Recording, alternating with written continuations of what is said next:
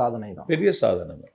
மற்ற கட்சிகள்லாம் கொஞ்சம் சீமான் கட்சிக்கு பாட ரெடி, பாட தயார். இந்த இனவாதம் பேசுகிற பிஜேபி, வகுப்புவாதம் பேசுகிற பிஜேபிக்கு சங்கு ஊதிடுவான். பிஜேபிக்குமா? ஆமாம் ஆமாம் ஆமாம். ஏன் சார்? அவனை ஒழிக்கணும்ல. இல்லை, அது விஜயால முடியும். விஜயோட வருகையால் அது நடக்க முடிஞ்சிடும். அதிமுக அவர் கண்டுக்கிடவே இல்லை. அது ஏற்கனவே குட்டிச்சுவராக்கி வச்சுட்டான் எடப்பாடி. வர்ற தேர்தலில் உதயநிதிக்கும் தம்பி விஜய்க்கும் தான் போட்டியாக இருக்கும்.